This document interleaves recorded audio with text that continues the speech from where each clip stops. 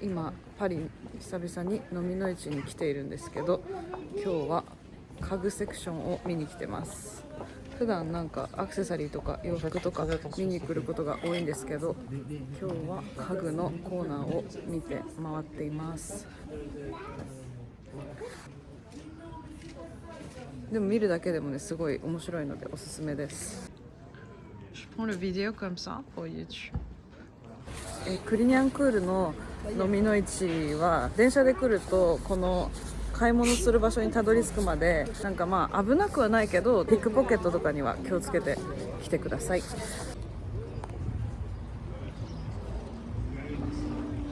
れを迷ってます。ギリシャ料理を食べに来ました。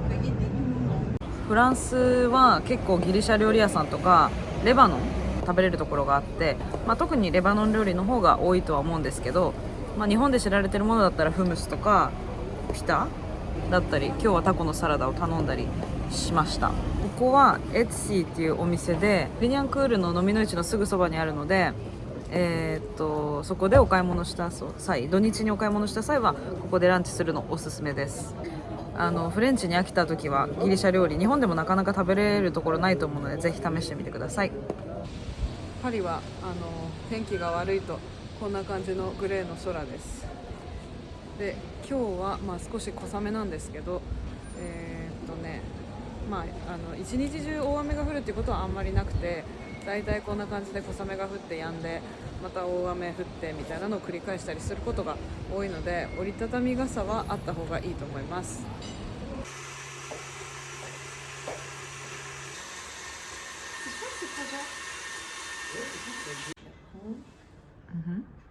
Comme ça, tu sauras faire.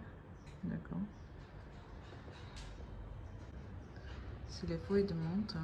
Oui. au chocolat.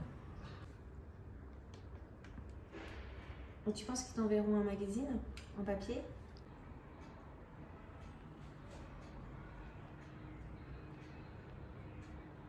Mais là, on n'a pas le temps de laisser infuser les fraises. Mais normalement, elles ont vraiment bu du vin. Ah ouais? Mais moi, je préfère comme ça. Ouais, parce que moi, je ne tiens pas trop d'alcool. Ouais. Il y a un dessert que j'adore faire aussi. C'est de la ganache au chocolat noir avec de l'huile d'olive. Je n'ai jamais goûté. Et la meilleure, c'est chez Cava Michel. Cava Michel? Ouais. Cava Michel, c'est pas loin d'ici. Et je pense que tu aimerais bien en vrai. Et c'est un resto? Un petit café bar. Ah oui! Ils ont la plus petite cuisine au monde possible. Toute petite. Hyper bien organisée. Et ils font plein de petits plats différents à partager. Et depuis des années, ils font la ganache chocolat noir à l'huile d'olive, fleur de sel. La meilleure de Paris. Ah ouais? Ah, je vais essayer. はい、ということで、今回は料理家とモデルのラズローに取材させてもらいました。ラズローのね、テーブルセッティングとかケータリングっていうのは私もパリのイベントの際に何回かこう食べたことあって、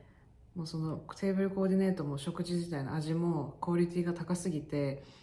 印象に残っていたので、いつか絶対取材したいって思っていたんですよね。で今回タイミングがあったので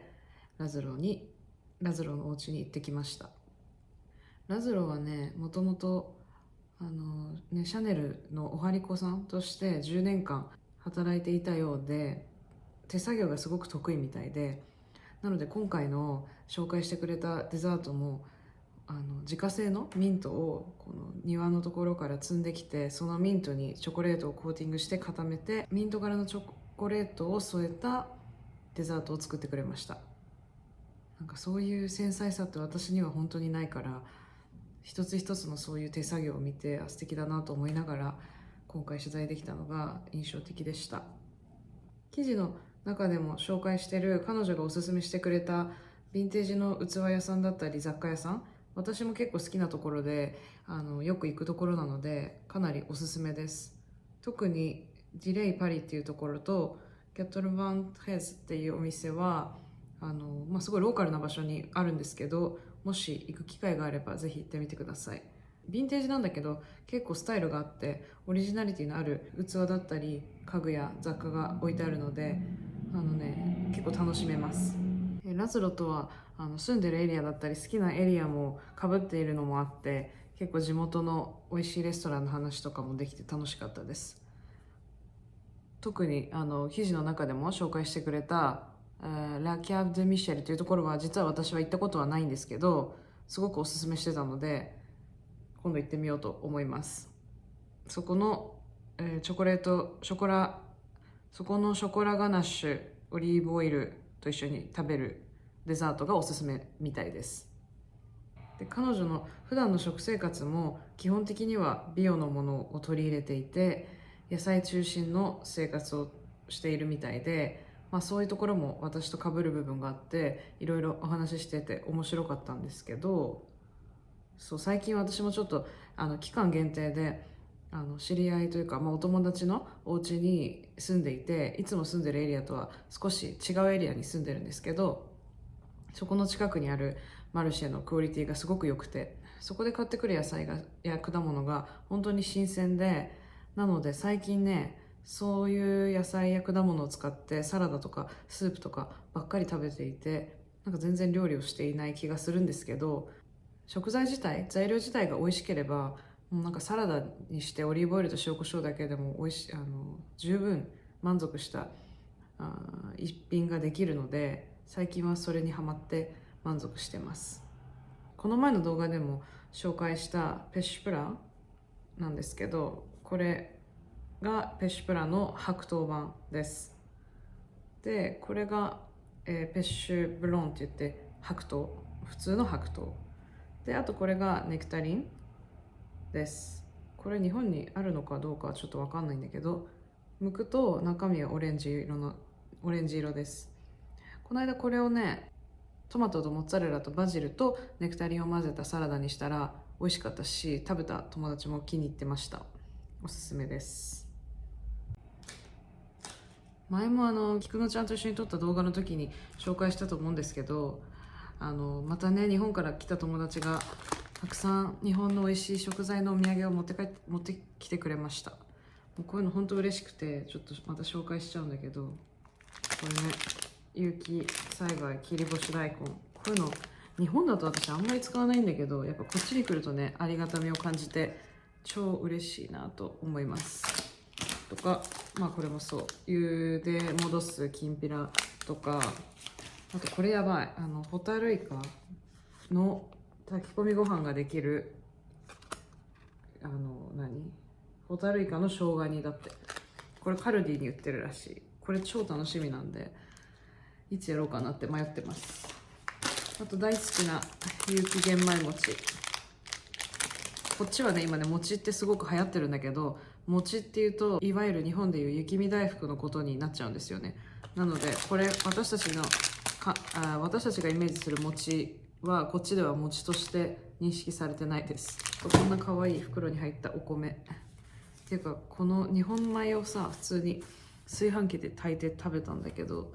普段こっちで買ってる日本米とされてるやつとちょっとクオリティが違すぎてびっくりしちゃって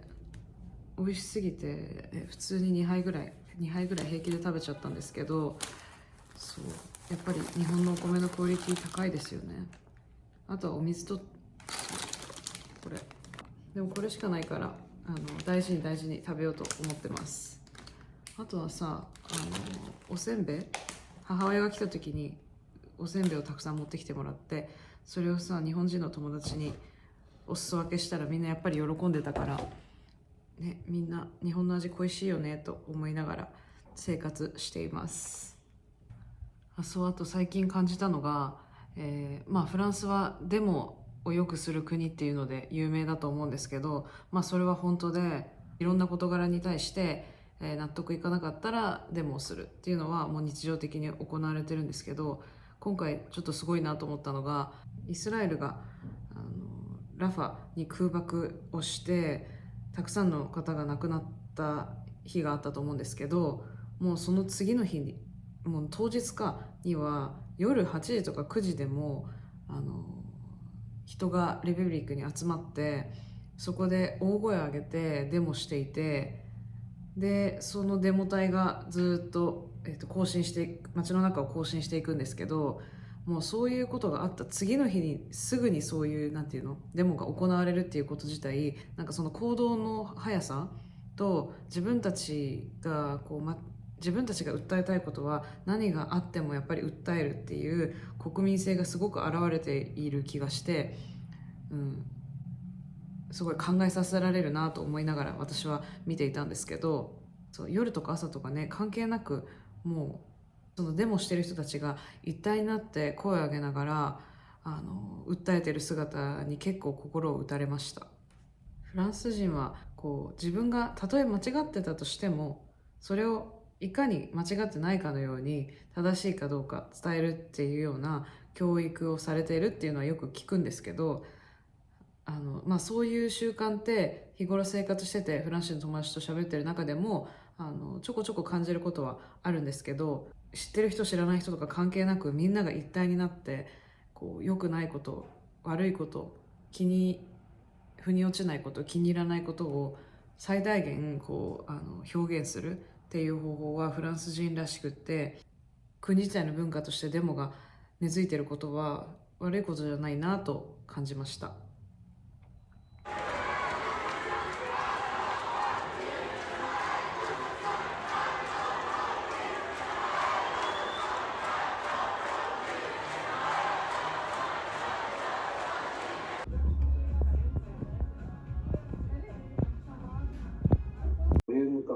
この空間に対してこういうのを